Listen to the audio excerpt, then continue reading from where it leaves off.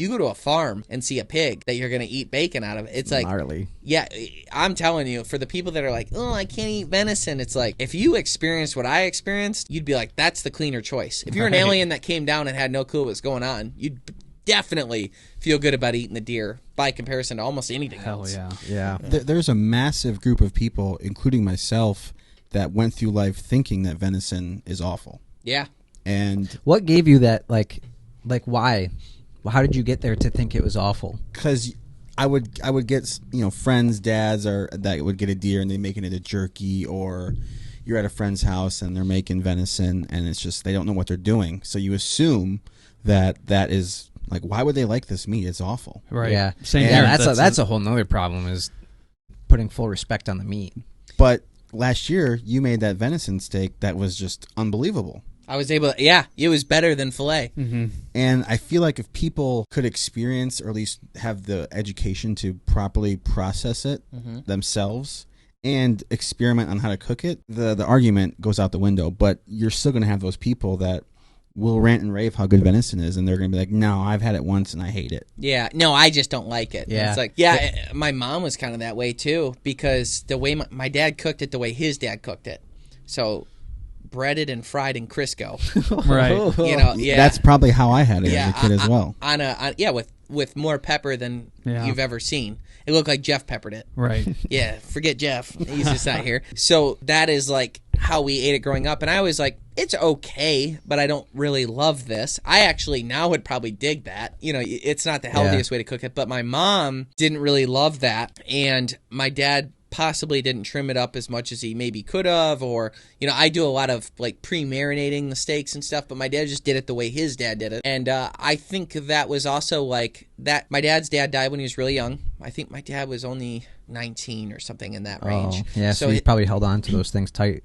Yeah, I'm sure tastes and smells remind us of people and things and experiences, and I can bet the taste of that steak brought him back to his dad, so I can respect that. And like I said, I don't mind that way, but I got some venison recipes that knock your socks off. Well, my mom didn't like it cooked that way. Some people don't like fried chicken. I don't know who that is, but some people don't. Psychos. Yeah, psychos, that too. But at the same time, my mom didn't like it cooked that way, so she thought she didn't like venison, and now I've made venison my way, and she's like, well, this is pretty great. That's part of my problem, too, is like Jenna grew up in a house, my wife, this is why we still have some deer meat. She grew up in a house where any red meat in general actually was not that great. Like when we were dating, I'd go over there and I'd be like eating a steak and it's like kind of chewing on a hockey puck, and I'm just sitting there like, this sucks. This sucks. And she always said like, oh, I don't like red meat. I'm like, and I never put two and two together, that it's not that she doesn't like red meat. She don't like her experiences with red meat. Her experiences with red meat have always been terrible. So once we got married, I was able to start introducing, like, it was always like a little bit of a battle of like, no, I don't want steak for dinner.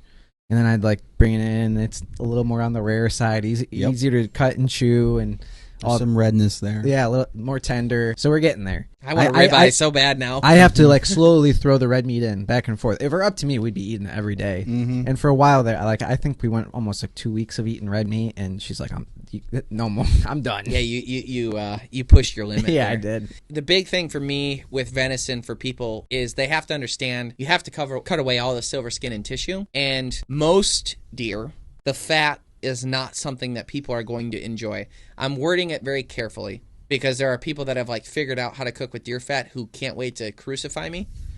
So I'm like teetering on the truth.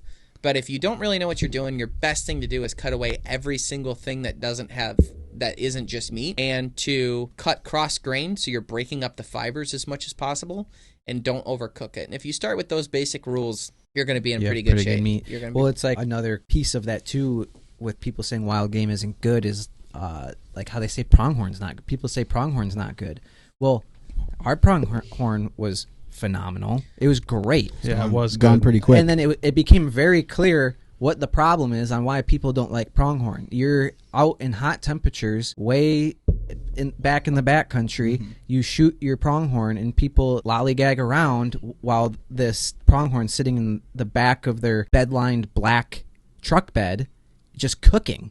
Yep. And it hasn't been gutted or anything. Like it was so like clear why it's bad, because for us we brought it straight to a cooler, and it was awesome. It was like candy. I mean, so good. I remember having it. Yeah, I cooked it blew on the my grill. mind. And what did I do, though? I trimmed up the backstrap perfectly. AJ and I worked hard on it. And then I soaked it in Italian dressing for 3 hours to help with keeping it moist and breaking up the meat a little bit. And then I put a little Dale's. Yeah, it's like a liquid seasoning. It's for steaks. It's very zip saucy, but you put a little bit of that on it. And then Rufus Teague meat rub. And then I cooked it on the grill. A nice hot grill, 425 degrees. It was about 8 minutes on each side. So it was more medium than medium rare. That's how I like it. And I cut it with a fork. Yeah. And you guys all went nuts. Yeah, it was phenomenal. Field care is very important. Another thing, too, is like gutting your deer quick is very important, especially if it's gut shot. Getting everything away from the meat is good. Trying to not break up the membranes that protect the meat in the field is important, like the silver skin that goes over the meat and stuff. Try to leave that intact because it'll help shield it from any grossness that might be on there. The other thing that I would recommend is just remember, think of it like lemon juice. So stomach acid is stronger than lemon juice.